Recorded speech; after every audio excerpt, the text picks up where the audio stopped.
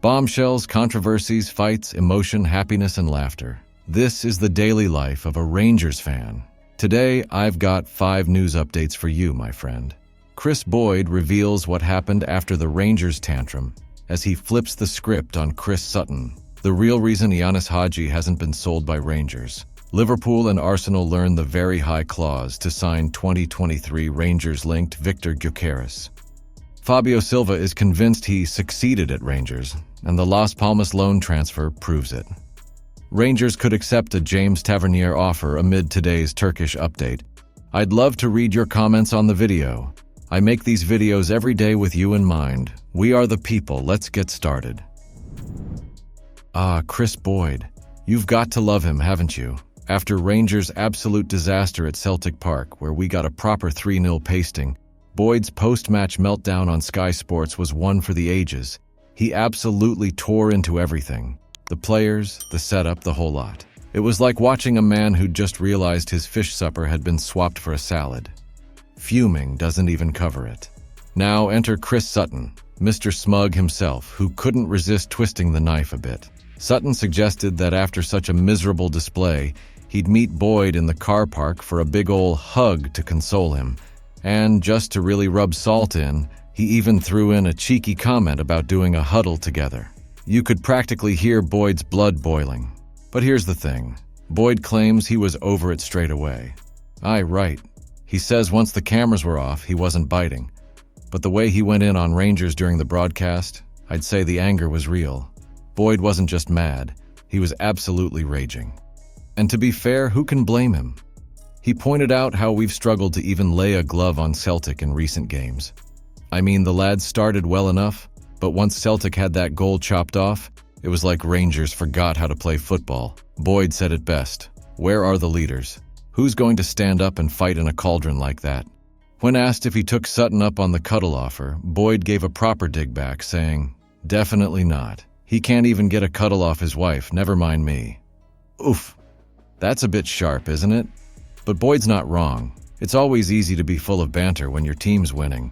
He finished off with a sly little reminder about how it wasn't too long ago that Sutton wasn't exactly all smiles either.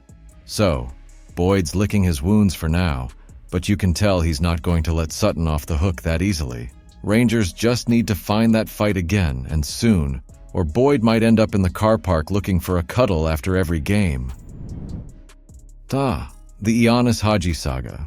It's a bit of a head-scratcher, isn't it? We've been wondering all summer why the lad hasn't been sold, especially with Philippe Clement still lacking that bit of quality in a few areas. The forward line's been bolstered with Nedim Badrami and Vaclav Cerny, but let's be honest, the squad's depth still feels like a thin blanket on a cold Glasgow night. So why hasn't Haji been moved on?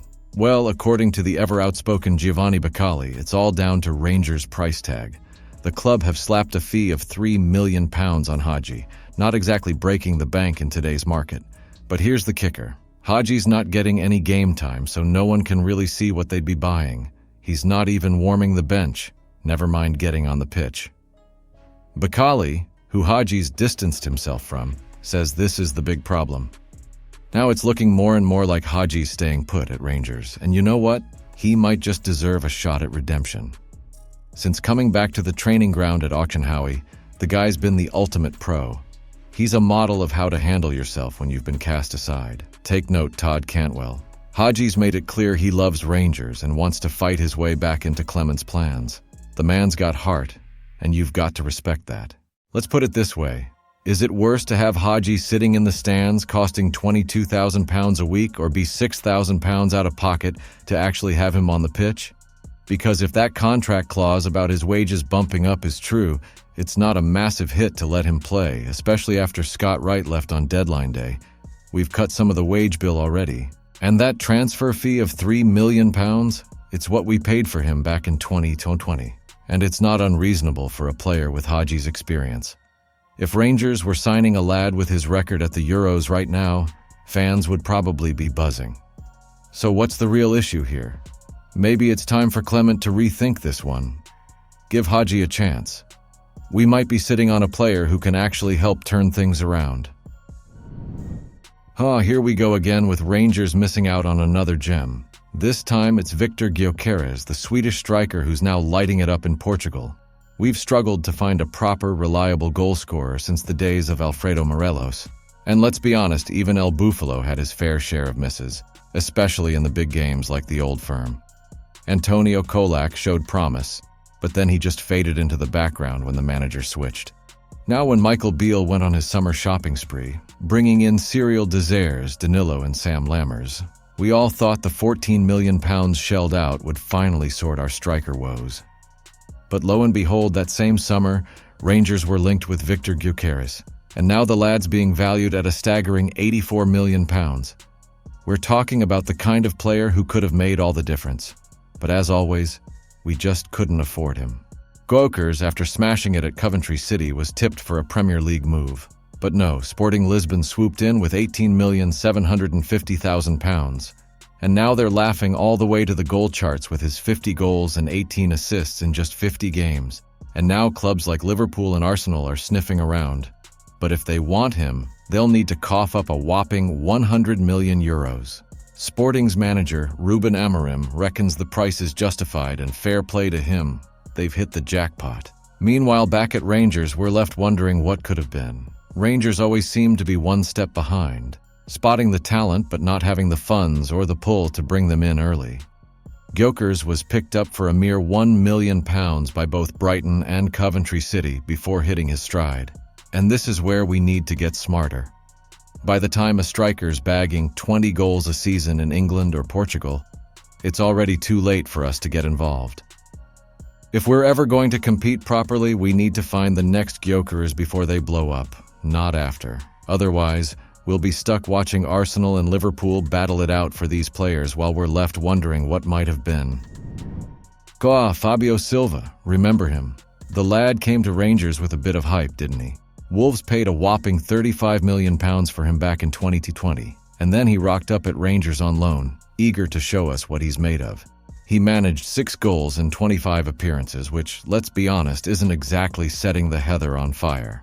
But, according to Silva, that stint in Glasgow was a success, and he reckons his latest move to Las Palmas in La Liga proves it. Now, Silva wasn't exactly used as the main man up top for Rangers. More often than not, he was shoved out wide. Not exactly where you want a lad with his kind of price tag, but he did the job he was asked to do. In his own words, Silva thinks he's taken a step forward after his time in Scotland, and playing in La Liga alongside the likes of Ollie McBurney and Scott McKenna is the next big thing for him. As for that £35 million Wolves forked out to FC Porto, Silva's not losing sleep over it. He's right in saying it wasn't his choice to come with that price tag, and he's only 22 years old, still got plenty of time ahead of him.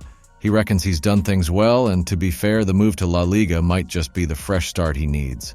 So, while he might not have been the goal machine we hoped for at Rangers, Silva's confident he's on the right path.